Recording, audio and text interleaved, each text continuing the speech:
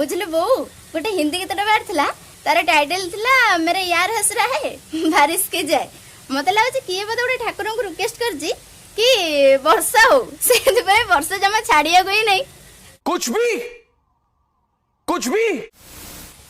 नमस्कार मु गुड्डी आपण मानक मो चैनल को स्वागत। तो केमती अच्छे आपण मैंने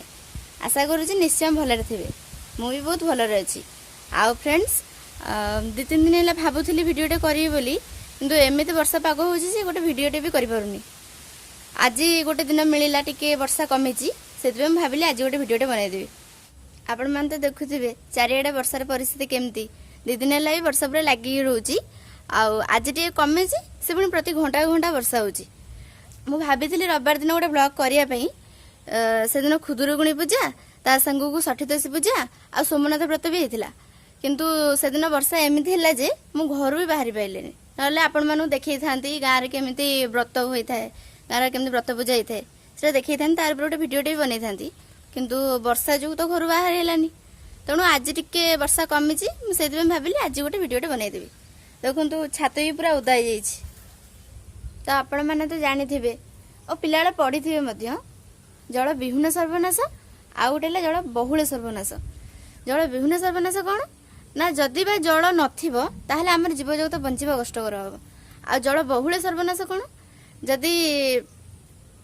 माने ये जो वर्षाटा है से वर्षाटा कौ टाइम दरकार जो टाइम कि चाषी मानकर बेसी दरकार से टाइम है ठीक आ जब बेड टाइम हम से चाषी मानकर से फायदा जीवनी चाषी मैंने हैरान हे कि आमर जो वर्षा एपटे है जहाँफल कि चाषी मैंने बहुत हैरान है पनीपरिया सब नष्ट हो गला देखु वर्षा तो जहाँ होता सांग प्रबल पवन भी हो वर्षा एमती हवा द्वारा बिलर एमती पानी जमुची आपण जुआड भी देखु आपन को लगे जमी आप समुद्र देखुं आमको लगुच जमी आम गाँटा समुद्र भितर ये तो गला वर्षार टपिक बर्तमान आम पवन उपरକୁ ଯିବା आपन कौन लगुला मो अनुभव कथा कहबी वर्षार क्षति गोटे प्रकार किंतु पवन क्षति आउ गोटे प्रकार पवन हेले कौन कि माने गछ तो जहाँ नष्ट हम हम ता सहित निजर घर उपर भी विपद पड़ पारे आ जो फनी बात्या होता से बात्यार आमर घर उपर भी केतेटा गछ पड़ जाइथिला केतेटा जिनिस भी आमर छातर भांगी जाइथिला ताकू पुणी आसी पछरे आमे लगेलु आ एपटे देखंतु एटा आमर जने जेजेंगर बारी ये जो पवन है से बारी तो बहुत सहस्र गछ अच्छी किंतु जो पवन है से पवन रे प्राय केतेटा गछ नष्ट हो जाइए तो बहु मात्रा रे भंडा गछ आ कदली गछ उपड़ी जाइए देखो बर्तमान आम आम बारिकी पड़े आसिले आउ ये जो पोखरीटा यहाँ आम पोखरी एते जो भी माछ छड़ा होते वर्षा हवा द्वारा प्राय अधिकांश माछ सेपट पोखरी की पड़े आईपाई आमर दीटा लोक आसिक गोटे मशारी बांधि जहाद्वारा कि किसी माछ रही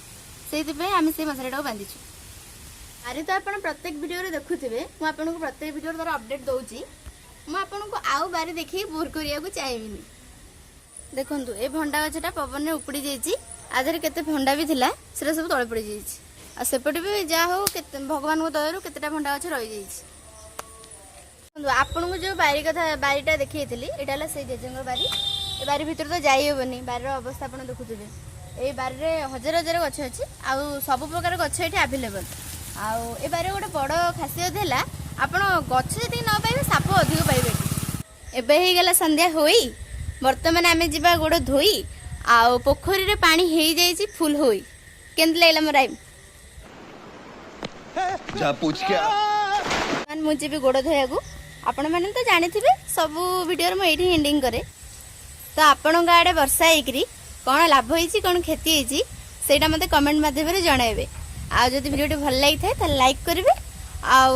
वीडियो तो प्रत्येक वीडियो आप देखुं कि सब्सक्राइब करूना आ वीडियो सब्सक्राइब करेंगे till then enjoy your day जय जगन्नाथ।